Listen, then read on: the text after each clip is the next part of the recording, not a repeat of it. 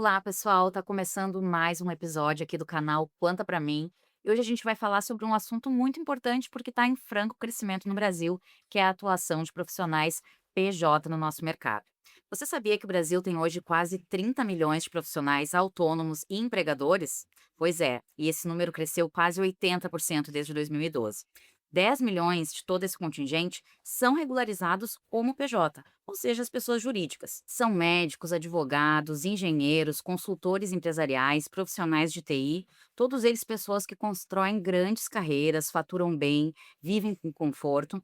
Mas essa situação ela pode guardar uma armadilha, porque ganhar bem não necessariamente significa que você está com um futuro protegido. E para conversar com a gente sobre esse assunto, hoje estão aqui o Gustavo Wagner, consultor de educação financeira aqui na Conta Previdência, e a Vanessa Franceschi, nossa estrategista de negócios cooperativos. Sejam muito bem-vindos, gente. Muito obrigada por conversar com a gente. Eu aqui agradeço o convite, é um prazer estar aqui e ainda mais do lado da minha amiga Van. Vamos debater esse assunto que é tão importante, tão pertinente, né? Números, como a Mai falou, crescendo muito, né, nesses últimos anos e merecem sim ter uma fala específica para eles, né, Van? Sim, sem dúvida. Também agradeço muito o convite, é um prazer estar aqui e dividir esse bate-papo aqui ao lado do Gustavo. Acho que a gente tem bastante coisa para contribuir aqui para o nosso ouvinte. Bom, então vamos começar, né, pessoal? Quando a gente fala de PJ, especialmente de alta renda, ele é um profissional que vai ter uma renda aí bem superior à média de renda no Brasil, que está entre R$ 3.367, né? Uma renda baixa. Então, nesse contexto, muita gente pensa assim: ah, tô bem, tô ganhando bem, tô garantido, meu padrão de vida tá elevado e não preciso me preocupar agora. Mas a primeira questão que eu tenho para vocês é para lidar justamente com isso. Por que a alta renda pode, à primeira vista, criar uma falsa sensação de segurança? Bom, primeiramente, né, eu acredito que ter muito patrimônio ou ter uma renda alta não significa estar organizado financeiramente ou necessariamente ter liquidez, né? Acho que esse é um primeiro ponto, né, que a gente deve deixar bem claro aqui.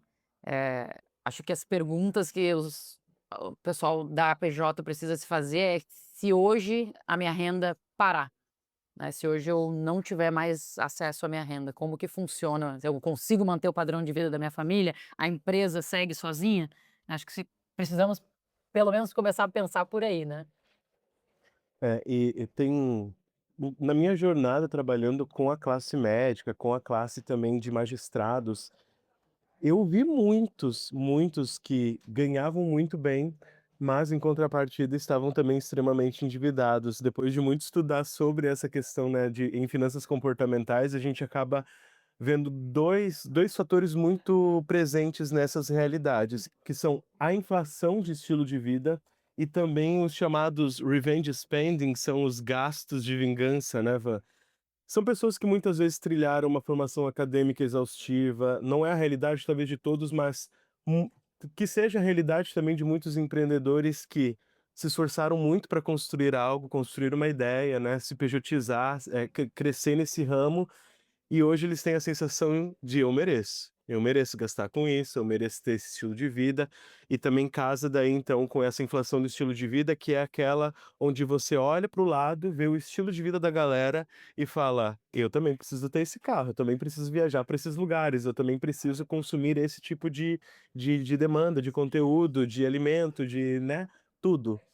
Então esses 2 fatores eles acabam empurrando essa galera para essa posição de ser antes de ter, para essa posição de não cuidar bem das premissas e já viver como se tudo estivesse garantido, né, Vã? O consumo vem antes da poupança, né. É. Eu acho que se parte dessa alta renda que se diz hoje que a gente ganha, se a gente transformar parte dessa renda em proteção e patrimônio, acho que a gente já está com um grande caminho, trilhado, iniciado, para que a gente consiga assessorar o público alta renda, e não só o alta renda, né, mas o PJ em si, a se organizar, a se planejar.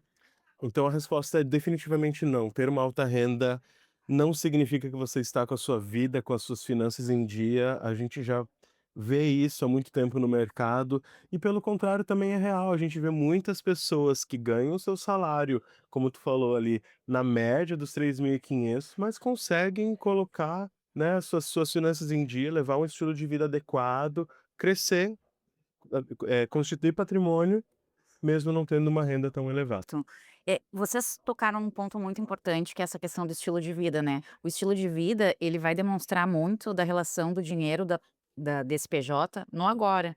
E isso também evidencia essa dificuldade maior quando a gente está falando do longo prazo, né. Então, um dos principais pontos de atenção quando a gente fala da finança, do PJ de alta renda, é esse longo prazo, é a cultura previdenciária, né. É preciso muito planejamento por parte desse profissional, para que ele possa garantir o futuro com a mesma renda, com o mesmo estilo de vida que ele tem no agora, né. Eh, Falando daquele profissional que contribui para o INSS, ele vai ter um teto muito abaixo, né, da sua renda atual, é um teto de R$ 8.475 que está atualmente no INSS. Mas quem ganha 20, 30, 40 mil, ele não vai poder contar apenas com o INSS. Então, a pergunta que eu tenho para vocês é: o que o INSS resolve para esse PJ e para o PJ de alta renda, porque daí a gente aí tem 2 categorias, né, e como agir para contemplar aquilo que o INSS não resolve para esse profissional? Eu já começaria distinguindo esses 2 tipos esses 2 padrões de PJs, né. Você tem aquela pessoa que acabou de se tornar PJ por uma questão burocrática, para às vezes não pagar tanto imposto enquanto pessoa física, e você tem aquela PJ que já, assim, já tem muita, muita renda mesmo. No primeiro cenário dessa pessoa que acabou de se tornar PJ, ela de fato ela de fato tem um impacto um pouco maior de não poder contar com o INSS. Embora o INSS nunca vai cumprir garantindo 100% da renda, até pelas condições regulamentares e legais que ele já está com a última reforma. Então, com a última reforma, eh, para a pessoa que é uma PJ, mas de fato com uma renda mais alta, esse não pode contar com realmente quase nada, a não ser com o básico ali, até porque muitos já contribuem somente sobre o básico, né. É muito comum a gente pegar os impostos de renda e ver ali uma grande divisão de lucros, dividendos ali, mas um valor de salário mínimo geralmente como prolabore dessa pessoa dentro da empresa que ela constitui. Então, ela já conta pouco com essa ferramenta do governo. E aquele que conta, ele precisa ainda mais firmar isso, né, como a gente pode dizer, trazer mais para a esfera de privatizar essa responsabilidade para ele mesmo. Eu acho que como o Guga bem comentou, o INSS ele é a base, né, ele traz sim uma segurança em termos de invalidez, né, e pensão por morte, principalmente, mas para o PJ alta renda, ele não vai conseguir dar conta, né. A gente não está falando mal do INSS, vamos deixar bem Não. claro aqui. A gente não tem nenhum sistema no Brasil que paga R$ 60 milhões por mês para 33 milhões de pessoas aposentadas, isso não existe por aí. A gente não pode falar mal do INSS, né. Mas ele não vai dar conta, isso é fato, né. Aquele acordo de gerações que a gente fala há muitos anos, né, daquele público que está ativamente, economicamente ativo, deveria contribuir para que a gente conseguisse subsidiar o aposentado, isso já não acontece mais. Então a nossa preocupação maior com esse público que está se pejotizando agora, é justamente isso, a gente mostrar para eles que eles precisam fazer um planejamento financeiro paralelo aos benefícios que o INSS vai garantir por si só, né. Então eu acredito que o INSS seja sim a base, mas ele não vai dar, a continuidade na manutenção do padrão de vida e sequer, né, a garantia da manutenção do negócio dessa família, né, com relação à sucessão, digamos assim, né. E isso eu acho que não está tão claro para as pessoas que estão se tornando hoje PJs. Eu tenho um amigo muito próximo que ele recebeu uma proposta de emprego nesse modelo, e ele largaria de uma posição enquanto CLT para partir ganhando um pouco mais como PJ. E eu precisei falar para ele: "Tá claro isso aqui, pelo menos para ti? Tá claro que tu vai precisar complementar isso aqui, porque em uma condição tu estás contribuindo para o INSS sobre um valor de R$ 7.000, que é o teu salário de CLT. E nessa outra condição, tu vais contribuir com R$ 86, que é o que o MEI hoje tem que colocar, sobre qual benefício que ele vai ter lá na frente? O mínimo. Perfeito. Então, ele precisa entender o que ele está abrindo mão ao ser um MEI, não porque não vale a pena, muito pelo contrário, a gente sabe que investindo o que sobra, né, de um CLT para um MEI, que geralmente as empresas pagam muito mais acima, porque elas se desoneram para poder pagar, pelo MEI, pelo PJ em si, mas precisa ficar claro para essa pessoa, Van, que esse dinheiro que sobrou dessa conta não é para gastar com viagem, com carro, Perfeito. com superficialidades.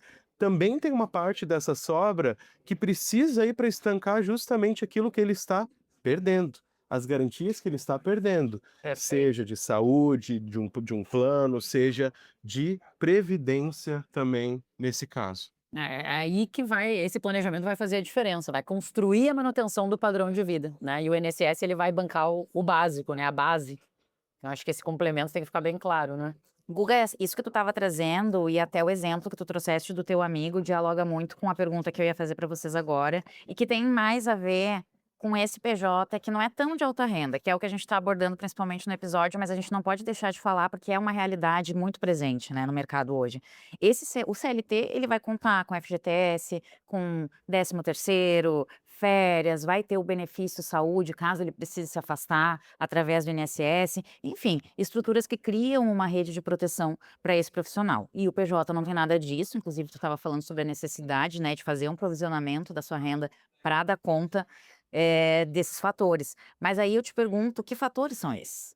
Quais são os principais fatores de risco, que sejam financeiros, sociais, que esse profissional carrega muitas vezes sem nem perceber? E aí eu peço que tu contextualize para gente, tanto para esse PJ de uma renda mais média, que não está numa alta renda, que a gente tem desses 2 segmentos, né, os PJs vão ter riscos sociais, riscos financeiros, conforme aí a sua categoria de renda, e eu quero saber que riscos são esses. Bom, em se tratando de benefícios, seletistas, são basicamente os 3: o FGTS, o INSS, o 13º e férias, talvez, né, são 4.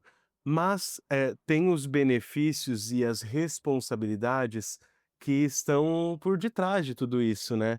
É o benefício de programar o próprio aposento, é o decidir parar de trabalhar porque quer e não porque precisa, né, continuar ou parar de trabalhar porque quer ou e não porque precisa. É a mulher, por exemplo, com o auxílio gravidez. É também essa parte do FGTS que muitos até gostariam de não ter que pagar FGTS os empregados, né, "Por que que não me dá esse dinheiro e deixa eu investir? Eu consigo mais, né, Mais setor. do que a taxa TR". Mas a questão é justamente o que está por trás então disso. Como eu, enquanto pessoa física, tomo propriedade de tudo isso, tomo a premissa de cuidar desse meu planejamento de aposentadoria, cuidar desse meu plano de saúde, cuidar dessa minha construção para comprar, o meu carro, para fazer as minhas férias, sem precisar de uma PPR, sem precisar de um 13º. É isso que eu preciso ter em conta. Eu acho que o maior risco, né, Gustavo, do PJ é ele contar com a própria capacidade laborativa, né, eu acho que esse é o principal risco dele. E hoje a gente tem N formas de terceirizar ou de privatizar, né, seja como a gente usar a expressão, esse risco, né. Ele tem bons planos de previdência para contar, ele tem seguros que podem dar esse respaldo, né, na fase laborativa dele, ele tem N ferramentas, né, que ele pode organizar na própria PJ, né, ele tem que ter uma comunicação com os seus sócios, que é muito importante, porque às vezes o que está distinguido e escrito no contrato social não respalda a necessidade dos próprios sócios. Uhum.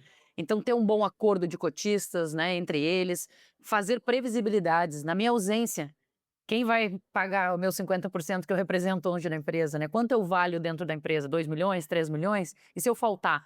O que que diz no nosso contrato social, né? A minha esposa ou meus filhos podem entrar no meu lugar? Da onde vai sair esse caixa, né? Esse dinheiro para indenizar os meus 50%, que hoje são 3, 5 milhões, né?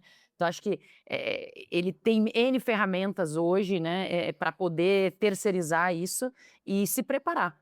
Porque principalmente o PJ alta renda, né, o que está começando ele já pode começar bem, né, ele já pode começar com esse tipo de ferramenta. Agora o PJ alta renda que já está num certo patamar e ainda não se programou, acho que ele precisa começar a rever, né, as ferramentas que ele tem dentro da PJ, até para poder dar continuidade nessa PJ de uma forma mais tranquila. visto que o nosso assunto aqui hoje é que o INSS também não vai dar conta, né, de respaldar essas N famílias brasileiras aí que estão dependendo do seu provedor, né, que é geralmente é o sócio majoritário das empresas, né. Então a gente precisa ter esse cuidado, né, para saber assessorar esse público. Perfeito. Excelente, Ivan. E isso tem tudo a ver com o que eu ia falar agora com vocês, que a previdência privada, ela pode ser um desses instrumentos que tu estava mencionando, dos Sem tantos dúvida. instrumentos que a gente tem para fazer esse planejamento futuro, e ela vai ser uma grande aliada contra esses riscos financeiros que a gente estava falando na última pergunta. Então eu aproveito para a gente aprofundar isso. Como a previdência complementar vai se encaixar na estratégia financeira de quem é PJ contra esses riscos? É, pegando esse gancho já, eu acredito que a previdência ela vai construir essa disciplina que o PJ ainda não tem, né. E vai ser parte dessa terceirização, né, que ele vai Uhum. fazer desse plano, porque hoje um plano de previdência como o da Quanta, por exemplo, ele pode trazer para ele não só benefícios no presente, com as proteções familiares, que nós sabemos inclusive que são as únicas que são dedutíveis do imposto de renda, né, aqui no Brasil. Isso é um plus, né, porque às vezes a maioria dos empresários também não sabe disso, né. Além dessas proteções familiares, a gente consegue fazer um planejamento para a aposentadoria, e neste mesmo produto, nessa mesma solução, eu consigo deixar liquidez suficiente ali para o inventário para os meus herdeiros, inclusive para a continuidade não só do padrão de vida da família, mas do próprio negócio, da própria empresa, né. E aí eu estenderia esse convite aos demais sócios também, né, para analisar, porque a previdência complementar ela é um investimento fenomenal, né. Ela primeiro que se tratando de uma previdência fechada, ela não visa o lucro, então as taxas já são disparadas menores, né, o custo é menor, tanto para a pessoa física quanto para a jurídica, né. Segundo, além disso, não tem come cotas, que a maioria dos investimentos tem, quando o investidor, que é empresário, que às vezes não entende muito do negócio, vai aplicar o seu dinheiro, a gente tem uma série de fundos hoje no Brasil, uma série de produtos que é um mix que às vezes pode dar uma confusão na cabeça do empresário e ele não está sabendo direcionar ali melhor as suas reservas, né. E terceiro, que esse planejamento feito através de um plano de previdência, ele não entra em inventário, né. Então eu tenho uma forma de transmitir riqueza em vida, né, para os meus herdeiros, desimobilizando um pouco Uhum. parte do meu imobilizado, eu posso colocar dentro de um plano de previdência e organizar, assim, a minha sucessão, né. Claro que aí a gente está falando de N outras ferramentas, né, jurídicas aí que podem assessorar e dar respaldo a essa solução, né, em termos de liquidez ali falando. Tu citou 2 pilares muito importantes, eu quero vou citar outros 2. A Van citou o pilar desse planejamento de aposentadoria, que é tanto a aposentadoria futura, quanto também a parte de proteger hoje, né, enquanto eu estou laboralmente ativo, e Perfeito. se semana que vem eu não estiver mais. Então, eu tenho essa proteção imediata já dentro de uma previdência, e esse pilar do planejamento sucessório. Mas aí a gente também tem o planejamento financeiro e o planejamento tributário. No financeiro, o plano de previdência apoia essa frente PJ, num sentido que eu acho assim que é primordial, porque a pessoa que é o empreendedor, ela é especialista no ramo dela. E é isso que ela deve ser, porque é isso que lhe dá condição, né, que traz dinheiro para ela. Ou seja, é um médico, é um dentista, é um programador de software, um advogado, ele tem que ser especialista naquilo, e não em investimentos necessariamente, né. Então é um plano, ele tem essa capacidade de articular, o desejo de todos, né, hoje aqui na Quanto, no caso, 280.000 participantes, o desejo desses 280.000 de terem uma boa reserva lá na frente, e hoje isso se traduz em 8,8 bilhões sob gestão. É muito diferente eu levar R$ 100 ou 10.000 ou até R$ 100.000 para investir em um banco, em uma corretora, em uma asset, do que eu levar 8,6 bilhões. As Perfeito. portas que se abrem são muito diferentes. Também o prazo que eu tenho para investir esses 8,8 bilhões são diferentes. Então, esse eu acho que é um dos maiores pilares, assim, que o PJ ele deveria ter em mente. Por que que eu vou investir sozinho se eu posso me juntar a mais gente que tem o mesmo propósito que eu? Perfeito. Conseguir gestores melhores que eu em fundos que talvez eu sozinho nem conseguiria entrar, porque a janela deles é super reduzida, a taxa de administração é alta quando eu vou sozinho. E o outro pilar é o pilar da tributação. Tem muita gente fazendo planejamento de longo prazo das suas finanças usando produtos errados. Por exemplo, fazendo um planejamento de longo prazo usando aquele CDB daquele banco digital que vence em 6 meses. Perfeito. Ah, ele paga 140 do CDI, mas por 6 meses. E depois disso, o que que acontece? Tributa, reaplica, tributa, reaplica, tributa, reaplica. Isso é a antitese do que a gente chama de diferimento fiscal. O diferimento fiscal é justamente o fato de eu colocar o meu dinheiro em um lugar e eu não ser tributado por um bom tempo até que eu vá de fato consumir aquela reserva. Perfeito. E isso os planos de previdência têm. No caso aqui no Precaver, no Previcope e no Coprev, o cooperado, o participante coloca o dinheiro dele, pode passar 40 anos sem ser tributado, sem ter come-cotas, sem ter Perfeito. vencimento de título. E isso faz com que os juros compostos trabalhem de uma forma muito mais potente, porque imagina, eu sempre tenho juros sobre o total, Juros juros sobre sobre o juros. total, juros sobre o total. Eu nunca tenho juros sobre o total menos o come-cota, juros sobre o total menos o come-cota. Então, isso potencializa no longo prazo esse investimento e diferimento entre os 3 incentivos fiscais que a gente tem dentro da previdência, eu acho que o mais, assim, negligenciado muitas vezes pelas pessoas, porque no longo prazo faz muito sentido, no longo É, prazo faz uma baita e ainda diferença. mais que, além de não pagar durante a fase de contribuição, quando for pagar, o governo ainda deu uma opção de pagar a menor alíquota que hoje no Brasil existe de investimentos, porque se Posso fosse escolher a se tabela, se né. eu fosse, né, se eu puder escolher, eu prefiro pagar 10 sobre o total, do que eu ficar pagando 15 ou 20, né, Toda a jornada. toda a jornada até que eu venha acumular. E fora que hoje ainda os PJs têm a por enquanto, né, dentro da conta, os PJs têm a possibilidade também de fazer um planejamento tributário oferecendo para o seu funcionário também a Ó, oportunidade de se programar, né, porque através de um plano, do Coprev, por exemplo, ele pode abater ali das suas despesas operacionais até 20% ali, reduzir a base de cálculo reduzir a dele. base de cálculo. Então hoje tendo boa informação e bons consultores, estando bem assessorado, eu acredito que o PJ no Brasil ele possa sim ter grandes oportunidades ali de. A gente sabe que a pergunta não foi sobre incentivos fiscais, mas esse tema é tão assim, por que que eu vou fazer algo sozinho quando eu tenho poucas oportunidades para me juntar com o governo a meu favor, né? E o Sim. incentivo fiscal é justamente isso. São poucas oportunidades onde eu posso ter o apoio do governo e me cobrar menos imposto por eu estar fazendo algo em prol do meu futuro, ou no caso, em prol do futuro dos meus funcionários, né, Van? Tá Obviamente. certo, Van, tu falaste uma coisa que me chamou muita atenção e eu queria voltar nela, que é que quando a gente está falando de finanças, muitas vezes as pessoas negligenciam o planejamento sucessório, não querem falar disso agora, querem deixar para depois, ah, não é o momento, enfim, são diversas as razões que levam as pessoas a deixarem esse assunto de lado. Mas para quem tem patrimônio, para quem tem empresa, para quem tem dependentes, por que que a gente não pode deixar para falar depois sobre isso? Por que que a gente precisa falar sobre isso agora e como é que a previdência entra nessa equação? Essa é uma boa pergunta, né, uma pergunta inclusive que está muito na mídia, né, hoje você abre um Instagram, tem milhões de youtubers ali, né, de influencers, tentando te convencer do que é melhor de fazer, né, de abrir uma holding ou fazer um testamento, enfim. Eu acredito que esse é o melhor momento para a gente conversar sobre isso, né, o Brasil vem mudando e fazendo reforma em cima de reforma, né, principalmente essa reforma tributária que está agora.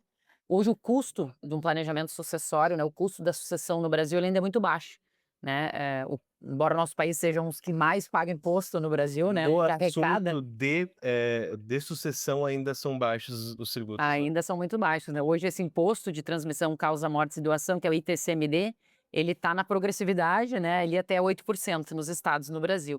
E há um projeto de lei ali, já tem assuntos sendo discutidos para que vire de fato um projeto de lei, é o aumento dessa alíquota a nível nacional para 16%, né. Então hoje se a gente fala de 20% no total, onde eu uso de 7 a 8 o ITCMD, de 2 a 3 custas cartorárias, né, e 10% de honorários advocatícios, eu estou falando em 20%. Se esse imposto sair de 7,8 para 16, eu vou estar falando de 36%, né, de tudo que eu tenho no meu nome, na minha pessoa física ou jurídica, a valor de mercado, né. Então eu acho que é um assunto que, o PJ, alta renda, principalmente, precisa se organizar, né. Às vezes o pessoal me fala: "Vanessa, mas eu já tenho holding, já está tudo organizado", e a gente vai olhar a holding, não é bem assim, né. Hoje, assim como o município tem um perito para medir o ITBI, a Fazenda Estadual, né, já tem um perito para medir o ITCMD também, né, quanto custa um imóvel nessa zona, né, vale 6 milhões, mas a gente vende por 4, mas a guia vai ser emitida no 6, no 6 milhões, né, então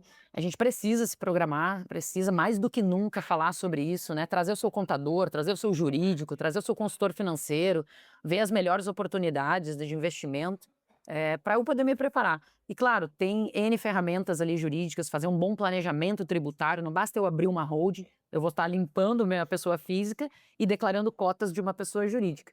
Então, o meu CPF, ele é o fato gerador entre esses dois, a pessoa física e a jurídica, né? Então, não adianta eu mudar, pagar o custo todo de uma holding hoje, né? O ITBI, fazer todo um esquema e não fazer um planejamento tributário e sucessório dentro dessa holding e não ter ferramentas de liquidez ou fontes de custeio, né, alternativas para deixar esse custo já garantido para os meus herdeiros, né. Então, acho que é muito importante a gente falar sobre isso e a previdência ela vem como um pilar estratégico, né, ela consegue resolver a parte da aposentadoria, a parte da proteção familiar, hoje a garantia da manutenção do padrão de vida e organizar, essa questão da sucessão, né. Talvez às vezes eu nem precise ter holding, basta um bom plano de previdência, um bom seguro de vida, Uhum. um bom testamento e eu já estou firme para a travessia, né, para o que vier, para esse aumento ou não. E eu reforço também, Ivan, culturalmente, nós como brasileiros evitamos, parece que todos esses assuntos que são morte, dinheiro, política e religião, né, Sucessão. sucessão, a gente está evitando sempre, né, o quanto pode. É um assunto espinhoso, mas mais espinhoso do que esse assunto é a realidade de quem tem que conviver com o inventário que não fecha a conta. E só quem já passou por isso sabe a dificuldade que é. Aqui em Florianópolis, onde a gente tem a sede, a gente anda pelas ruas e a gente vê diversas casas. Você abre o OLX, o Zap Imóveis, e você vê inúmeros imóveis sendo vendidos a um valor que não condiz com a realidade. Você vai olhar lá nas informações, não tem documentação. Por quê? Porque Processo de está em inventário. processo de inventário. Então, é uma realidade que eu acho que ninguém que construiu o próprio patrimônio com tanto esforço, esse PJ que a gente fala, esse empresário que a gente fala, construiu com tanto esforço uma carteira de imóveis para depois morrer na praia e a família ter que vender tudo isso pela metade do preço para conseguir se levantar, se capitalizar e tocar a vida para frente. Então, cara, planejamento sucessório é cerne de quem está se capitalizando, aumentando seu patrimônio. Não dá para evoluir sem pensar nisso, porque Perfeito. em uma hora essa conta chega, porque essa é a certeza que a gente tem é que um dia a gente vai ter que deixar isso para alguém, né. Não se sabe quando a gente vai, Mas mas um vai. dia a gente vai. E principalmente evitar conflitos, né, a gente vê muitas brigas ali, acabando com famílias, né, por questão de falta de planejamento, né. A gente tem N casos no Brasil, o último mais recente que eu me vem à mente é o caso da família Liberato, do Gugu Liberato, Uhum. onde eles tinham um patrimônio de 2 bilhões de reais, e o Gugu faleceu, como todo mundo sabe, né, um acidente, uma coisa inesperada, mas ele tinha uma pólice de seguro de vida, né, de uma das grandes seguradoras aí do americanas, de 15 milhões, o que deu fôlego para a família, porque a família dele, por exemplo, gastou mais de 130 milhões de reais só com a fazenda estadual em São Paulo, né, e a fazenda, não satisfeita, ainda queria morder parte do Do que estava patrimônio do lá fora. exterior. Né, então, a gente precisa se preparar, sendo uma família de Gugu Liberato ou não, o patrimônio mínimo que Silva você ou tiver, Liberato. Silva ou Liderato, todo mundo vai pagar. É. O imposto é fato. É como é importante a gente falar sobre esse assunto, né, e como ele fica de lado nas discussões familiares e tal. E a gente conversou sobre muitos pontos importantes, né, além da sucessão hoje, diante desse movimento que é cada vez mais significativo, mais pessoas atuando como PJ, né. Então a gente precisa entender como fomentar essa vida financeira mais saudável, mais livre, né, e com mais possibilidade para essas pessoas. E para quem está escutando o nosso podcast, se identificou, pensou: eu tô aí, não tô planejando o meu futuro". Como é que a gente tem, como é que a gente pode dar os primeiros passos, assim, concretos para um planejamento financeiro de longo prazo, planejamento previdenciário e sucessório, como a gente estava falando aqui? Eu acho que perpassa por esse diagnóstico, né, Van. É diagnosticar olhando para o que eu faço, para o que eu tenho, para os meus amores, em que Perfeito. pontos dessa conversa algo se choca ou algo está descoberto. Pode estar descoberto, né, em N frentes que a gente já citou. Pode estar descoberto no meu planejamento do agora mesmo. Eu tenho excelentes perspectivas com a minha empresa, ela vai dar certo, e eu acho que todo empresário, o primeiro plano de previdência dele é a É a empresa, né, empresa. é a Sim. empresa, porque se aquilo ali não der certo, não morreu o intuito dele, morreu o propósito dele. Então, é natural, o primeiro projeto é esse, mas às vezes esse projeto ainda está incipiente, ele ainda está começando. E amanhã, e semana que vem, e mês que vem, qual que é o projeto que sustenta a tua família? Perfeito. Então, é olhar para tudo isso e ver aonde é que tem algum gargalo, onde e empresário é bom também de ver gargalo, de ver pontos de melhoria, de oportunidade. Eu olhando para minha vida, eu percebo isso. Eu sempre fui desses que falava: "Não, eu não preciso de seguro de vida". Eu pensava que seguro de vida era só para causa de deixar para alguém. Quando eu olhei e pensei: "Não, se eu ficar inválido, aí eu ainda vou estar bem vivo, né, eu ainda vou estar bem vivinho aqui. E Se eu dependendo tiver de uma alguém. doença grave, eu ainda vou estar bem vivinho, e vou ter que lidar com tudo isso. Ah, Então, seguro de vida não é só para causa de morte, seguro de vida também é benefício em vida, planejamento previdenciário não é só aquele valor dos 65 anos, também é agora, né, e todas essas outras frentes, financeira, sucessória, tributária que a gente elencou, né, Val. não tem segredo, assim, né, para o empresário, pequeno, grande empresário que está nos ouvindo, eu acho que o primeiro ponto é entender o diagnóstico da família antes de recomendar qualquer coisa, né. Entender a composição dessa família, se eles têm empresa, né, quanto ganha, quanto gasta, quem são os dependentes financeiros, se o cônjuge trabalha, o que que diz lá no contrato social da empresa, qual é a relação que tu tem com teus sócios, né, o que que está escrito lá. O meu cônjuge pode assumir se eu faltar? Né, esses planos, essas previsões, elas precisam estar, em linhas garrafais nos contratos, né, para que as famílias possam ter a tranquilidade que se eu faltar, a empresa vai honrar, vai pagar aqui, júnior vai entrar, fulano vai entrar, ou não, né, o nosso plano A, B, C. Acho que primeiro é entender toda essa fotografia atual, né, patrimonial das famílias, para que a gente possa sentar e recomendar, né, alguma estrutura. E o plano de previdência, para nós, pelo menos aqui que a gente atua com ele e veio do mercado financeiro, atua no mercado financeiro, é uma das soluções mais completas que existe hoje, menos onerosas, principalmente para o empresário. Então, acho que faz muito sentido ele entender a fotografia dele, ter um bom consultor financeiro e aí ter esse papo, né, com o seu consultor para poder montar esses cenários possíveis, né, e aí contemplando, obviamente, os planos da família, de curto, médio Uhum. e longo prazo. Gente, que episódio bacana que a gente construiu. Eu acho que os PJs do Brasil aí vão ficar muito felizes em ter essa consultoria gratuita aqui através do nosso episódio. E então eu agradeço muito a presença de vocês, agradeço as colocações que vocês trouxeram. E antes da gente encerrar o episódio, eu queria saber se vocês têm uma palavrinha final a deixar para quem nos acompanha. A minha palavrinha é parabéns para todo mundo que decide ser empresário, empreender no Brasil. A gente sabe que as taxas são altas, os impostos são altos, os desafios são grandes, a burocracia, a judicialização, tudo isso é fator, que demonstra essa ousadia e essa coragem, né? E a segunda é pedir para reforçar mais uma vez, né, privatizem essa responsabilidade, né, tomem para si o protagonismo de cuidar da sua própria aposentadoria, de fazer você mesmo o seu FGTS, de fazer você mesmo o seu 13º, como vocês já sabem e fazem, né, todos os anos. Mas sobretudo o planejamento de futuro, né, o planejamento, de uma boa aposentadoria para cuidar dessa longevidade e, mais do que sobreviver lá na frente, a gente conseguir viver bem, Usufruir, né. usufruir. Eu acho que, isso que o Guga falou também, estendo os parabéns a essa categoria, eu chamo dos Highlanders do Brasil, né, porque ser empresário no Brasil é um grande desafio. Eu acho que a segunda palavra aqui, né, a primeira é se empodere mesmo, né, tome conta das suas finanças e do seu planejamento, não espere por ninguém.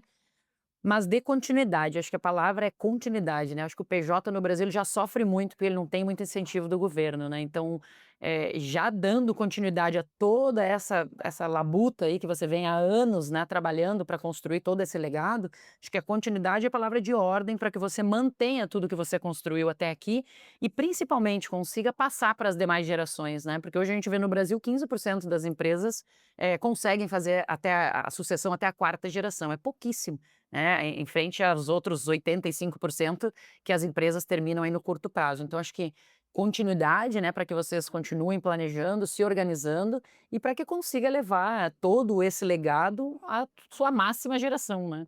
Acho que seria esse o recado, né. E nos convidem mais, esse assunto dá muito pano pra É. manga, né. Gente, esse foi mais um episódio aqui no canal Conta Pra Mim. E a gente lembra você que ganhar bem é ótimo, mas ganhar bem e ter o futuro garantido é muito melhor, vai dar mais tranquilidade para você e para sua família. E você que nos acompanhou até aqui, fica o convite também para acessar a Academia Quanta de Educação Previdenciária. O QR Code está na tela, basta acessar gratuitamente e consumir os diversos conteúdos que nós temos lá para o seu planejamento financeiro, sucessório, previdenciário. Então, muito obrigada pela participação, pela sua audiência e até o próximo episódio.